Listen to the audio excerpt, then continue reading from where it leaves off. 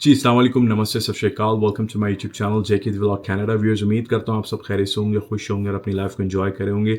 अच्छा जी, Canadian visitor visa के cancellation and deportation के हवाले से बड़ी इंपॉर्टेंट इन्फॉर्मेशन हम शेयर करने वाले हैं इस वीडियो में। रिसेंटली मैंने कुछ वीडियोज़ देखी हैं जिसमें आजकल सोशल मीडिया में बड़ा ही चर्चा है इस हवाले से और काफ़ी न्यूज़ में भी चीज़ें चल रही हैं कि विजिटर वीज़ाज़ जो हैं वो काफ़ी कैंसिल हो रहे हैं, जब लोग यहाँ कनाडा एंटर कर रहे हैं। तो मैंने इस पे बड़ी एक थॉरो रिसर्च करी है, कुछ 6 से 7 पॉइंट्स मैंने ऐसे निकाले हैं। होपफुली वो आपको हेल्प कर सकते हैं अगर आप कनाडा एंटर हो रहे हैं ऑन अ विजिटर वीज़ा या कोई भी टेम्परेरी रेजिडेंस स्टेटस पर आप कनाडा लैंड कर रहे हैं। रिसेंटली कुछ मेरे 1-2 फैमिलीज़ जो हैं वो अभी कनाडा आई हैं और एक फैमिली से मेरी बात हुई। उनको कनाडा एयरपोर्ट पे जब उन्होंने लैंड कर लिया, बाहर आते-आते 6 से 7 घंटे लग गए। तो ये चीज़ बड़ी करंटली सबसे इंपॉर्टेंट चीज़ समझने की ये इस वक्त कनाडा एयरपोर्ट जब आप लैंड करते हैं तो 5 से 6 घंटे on a temporary residence status की मैं बात कर रहा हूँ, विजिटर वीज़ा आपका जो भी स्टेटस है टेम्परेरी, तो उसमें टाइम लग रहा है। तो मैंने एक फैमिली से सवाल किया, भाई इतना टाइम आपको क्यों लगा बाहर आने में एयरपोर्ट पे? कैलगरी एयरपोर्ट की बात हो रही है। तो उन्होंने ये बताया कि भाई काफ़ी हमसे आगे जो काफ़ी लोग थे उन्होंने अपना जो है वो असालम असाइलम क्लेम किया यहाँ पर एयरपोर्ट पे लैंड करते ही, और काफ़ी लोग थे जिन्होंने असालम क्लेम किया है। तो असालम के हवाले से बड़ा मैं क्लियरली बता दूं भाई, पिछले अगर आप इसका डेटा को कंपेयर करें 2022-23 से, तो काफ़ी इंक्रीज हो चुके हैं नंबर्स रिसेंट कुछ 2023 का और 22 में अगर आप कंपेयर करें नंबर्स को, काफ़ी सिग्निफिकेंट नंबर्स जो हैं वो बढ़ चुके हैं असालम क्लेमेंट के। तो एक तो चीज़ ये भी है जिसकी वजह से जो एयरपोर्ट पे क्लियर होने में टाइम लग रहा है। अच्छा, दूसरी बड़ी इंपॉर्टेंट चीज़ें हैं और इनको समझना बड़ा ज़रूरी है, क्योंकि जब आप टेम्प्रेरी रेजिडेंस पे आप एंटर होते हैं किसी भी कंट्री में, तो जो इमिग्रेशन ऑफिसर्स होते हैं, जो बॉर्डर सिक्योरिटी ऑफिसर्स होते हैं या सीबीएसई जैसे यहाँ कनाडा के अंदर एजेंसी जो रिस्पॉन्सिबल है बॉर्डर्स को प्रोटेक्ट करने के लिए, तो उन्होंने इंश्योर ये करना होता है कि जी जो टेम्प्रेरी रेजिडेंट यहाँ कनाडा लैंड कर रहा है वो जिस मकसद के लिए आ रहा है उस मकसद को पूरा करके यहाँ से चला जाए। ठीक है जी। तो फॉर एग्जांपल जब भी आप कोई विजिटर वीज़ा अप्लाई करते हैं तो उसमें आपने कोई रीज़न देना होता है, आपने अपना प्लान शो करना होता है कि भाई मैं इसलिए आ रहा हूँ, मैं विजिट करने आ रहा हूँ या मैं मिलने आ रहा हूँ x Y Z, right.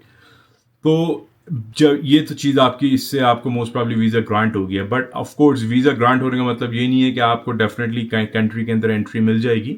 Borders पे जो एजेंसीज हैं यहाँ पर, फॉर एग्जांपल कनाडा की हम बात करते हैं, आप एयरपोर्ट से आ रहे हैं या बाय रोड एंटर हो रहे हैं, फॉर एग्जांपल यूएस से विजिटर वीज़ा में एंटर हो रहे हैं, तो बॉर्डर ऑफिसर ने बड़ी चीज़ों को मेक श्योर करना है। तो कुछ 6 से 7 चीज़ें जो मैंने जैसे पहले बताया, मैंने इनको अब बड़ी थॉरो रिसर्च करके निकाला है, तो मैंने सोचा आप तक मैं इसको डिलीवर करूं। देखिए, सबसे इंपॉर्टेंट चीज़ ये है जी, वीज़ा कैंसिल भी हो सकता है। कैंसिल का मतलब ये है कि आपका बिल्कुल केस वीज़ा कैंसिल हो गया और आपको डिपोर्टेशन हो गई, आपको जो है उन्होंने वहीं से एयरपोर्ट से रवाना कर दिया वापस नेक्स्ट फ्लाइट से। और उसके कुछ ग्राउंड्स हो सकते हैं, डेफिनेटली उसको बॉर्डर्स के पास इतनी पावर है कि डेफिनेटली वो आपको डिपोर्ट कर सकते हैं या आपकी वीज़ा कैंसिल कर सकते हैं। But of course there has to be valid reason, कोई रीज़न होनी चाहिए। ऐसा नहीं हो सकता कि उनका मूड हुआ कि नहीं भाई इसको भेज दो, इसको भेज दें, मुझे समझ में नहीं आ रहा बंदा, ऐसा नहीं है, right. So there has to be some valid reasons behind it. अच्छा जी, सबसे इंपॉर्टेंट चीज़ ये जी, ये और होपफुली अगर आप इन चीज़ों को फॉलो करते हैं, सो देर आर चांसेस कि आप क्लियरली जो है वो सीबीएसई को या फिर जो भी गवर्नमेंट रिस्पॉन्सिबल है, आप जो भी लोग वहाँ पर एयरपोर्ट पर रिस्पॉन्सिबल, उनको आप रिस्पॉन्ड करके क्लियरली बाहर आ सकते हैं। ठीक है जी। अच्छा देखिए, सबसे इंपॉर्टेंट चीज़ ये जी, पर्पस ऑफ ट्रैवल, ये बड़ी सबसे मेन इंपॉर्टेंट चीज़ है कि आप कनाडा क्यों आए हैं। ठीक है जी। और ये पर्पस ऑफ ट्रैवल आपका एग्जैक्टली मैच होना चाहिए एट द टाइम जब आपने अपने विजिटर वीज़ा की एप्लीकेशन फाइल की थी। सो फॉर एग्जांपल, आप यहाँ पर क्यों आए? अपनी फैमिली से मिलने आए, यहाँ पर आप घूमने फिरने आए या ट्रैवल करने आए, सबसे इंपॉर्टेंट चीज़ ये है। ठीक है जी। तो आपको क्लियर होना चाहिए और आपको सोचना नहीं है बैठ के कि मैंने क्या जवाब देना। आपको पहले से पता होना चाहिए कि आप कहाँ जा रहे हैं, कितने टाइम के लिए जा रहे हैं, और आप किन के पास रुकेंगे और आपका कितना लंबा ड्यूरेशन है। ये बड़ी इंपॉर्टेंट चीज़ है। ठीक है जी। ये टेम्प्रेरी रेजिडेंट का सबसे इंपॉर्टेंट पहला सवाल यही होता है जनरली सीबीएसई में, या फिर आप जहाँ पर भी लैंड कर रहे हैं वहाँ पर आपसे सबसे इंपॉर्टेंट सवाल ये पूछा जा सकता है कि what is your purpose of travel, आप यहाँ क्यों आए। तो सबसे इंपॉर्टेंट चीज़ आपको बड़ा क्लियरली पता होना चाहिए, आप कितने टाइम के लिए क्यों आए, कहाँ स्टे करेंगे, सारी चीज़ें। ठीक है जी। दूसरी चीज़ बड़ी इंपॉर्टेंट ये है जी कि आपका प्लेस ऑफ स्टे क्या है, आप कनाडा में कहाँ स्टे कर रहे हैं। आपने कोई अकोमोडेशन बुक की है, आप अपने भाई के पास रह रहे हैं, आप अपने बच्चों के पास रह रहे हैं, आप किन के पास स्टे कर रहे हैं। तो फॉर एग्जाम्पल, अगर आप तो कोई सिबलिंग्स हैं या आपके पेरेंट्स बच्चों को विजिट कर रहे हैं, एक ग्रैंड पेरेंट्स जो हैं वो अपने ग्रैंड चिल्ड्रंस को विजिट करें, तो मेक श्योर आपके पास एड्रेस हो। और अगर आप सिर्फ यहाँ ट्रैवल के लिए आ रहे हैं तो मेक श्योर करें आपके पास जो है वो होटल की रिजर्वेशन या बुकिंग शुकिंग, ये सारी चीज़ें आपके पास बड़ी क्लियरली हैंडली अवेलेबल होनी चाहिए, रेडली अवेलेबल होनी चाहिए, ताकि आप उनको प्रेजेंट कर सकें। ये बड़ी दो इंपॉर्टेंट चीज़। तीसरी इंपॉर्टेंट चीज़ ये जी, देखिए विजिटर वीज़ा पे आने का मकसद ये होता है कि आपने 1 महीना, 2 महीना, 3 महीने, क्योंकि maximum you can stay up to 6 months. अगर आप 3 महीने के लिए आ रहे हैं, जितने टाइम के लिए भी आ रहे हैं, आपने मेक श्योर ये करना है जी कि आपके पास आपका रिटर्न टिकट हो। ठीक है जी, क्योंकि that's another thing they can ask you कि भाई आपने कब वापस जा रहे हैं। तो मेक श्योर करना है जी आपके पास रिटर्न टिकट हो, और वो आप at the time they ask आप उनको बता सकें कि भाई ये मेरी आज की डेट ऑफ एंट्री है एंड दिस इज़ वेयर, ये मेरी डेट ऑफ एग्जिट होगी, इस डेट को मैं जो है वो कनाडा से डिपार्ट कर जाऊंगा। ठीक है जी, तो आपके पास जो है रिटर्न टिकट होना बड़ा इंपॉर्टेंट है। अच्छा, कुछ और चीज़ें ऐसी हैं जो सस्पिशन या जो है ना वो काइंड ऑफ आपको ऐसी सिचुएशन में डाल देती है जिससे बॉर्डर ऑफिसर जो है वो काइंड ऑफ सस्पेक्ट करता है कि भाई ये जो है ना बंदा या बंदी यहाँ पर स्लिप हो सकते हैं, यहाँ पर जो है आगे पीछे हो सकते हैं, और they may not go back to their home country.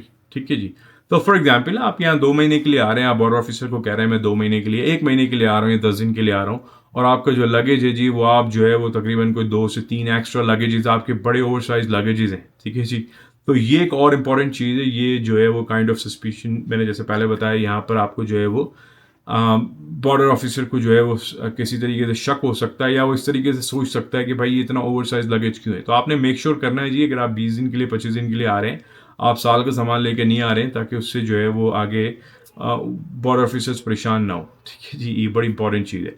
अच्छा, दूसरी इंपॉर्टेंट चीज़ ये जी, CBSA जो है, जो ऑफ कोर्स फेडरल गवर्नमेंट की एजेंसी है और बड़ी पावरफुल एजेंसी है, और इस गवर्नमेंट ने, या फिर आप समझ लें कि रूल्स एंड रेगुलेशन इतनी स्ट्रिक्ट हैं यहाँ की कि उन्होंने इंश्योर करना है कि भाई कोई ऐसा इनएडमिसिबल, कोई बंदा ऐसा ना हो जिसका कोई सिक्योरिटी बैकग्राउंड क्लियर नहीं और वो यहाँ एंटर हो जाए। तो उन्होंने, उनकी बड़ी रिस्पॉन्सिबिलिटी है। तो इस तरीके से वो बड़ी पावरफुल एजेंसी है, उनके पास काफ़ी चीज़ें हैं, रूल्स या रेगुलेशन या लेजिस्लेशन उनको बड़ी पावर देता है।